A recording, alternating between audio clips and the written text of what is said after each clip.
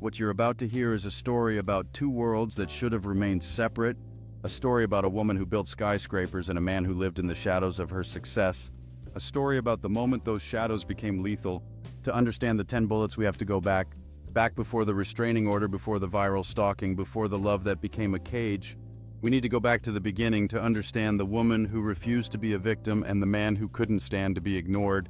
The lead detective on the case was Maya Halloway, 45, a veteran with 2 decades of homicides under her belt. She'd seen the worst of humanity, but this case felt like a personal insult to the city. Elena Vance wasn't just a victim, she was a visionary who had designed half the skyline Halloway saw from her precinct window.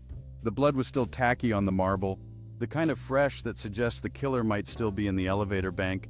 Elena's phone was sitting on the counter, vibrating incessantly with notifications from a motion detected at front door, motion detected in hallway, motion detected in kitchen.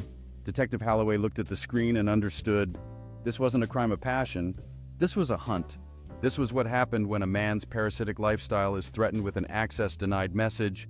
We have a positive on the shooter. Halloway asked her partner, Detective Elias Thorne, who was bagging a discarded 9mm handgun found near the foyer. Julian Cross Thorne replied, pulling up a mugshot. 38, former security guard, history of stalking allegations, though none ever stuck. It looks like he was Elena's project, as she hired him for her firm, gave him an apartment, even put him on her insurance. And then 3 weeks ago, she fired him. Thorne swiped to a social media page. Cross had been posting for days, long rambling videos about loyalty and the price of betrayal. In the last video posted just an hour before the 911 call, he held up a key fob to Elena's building.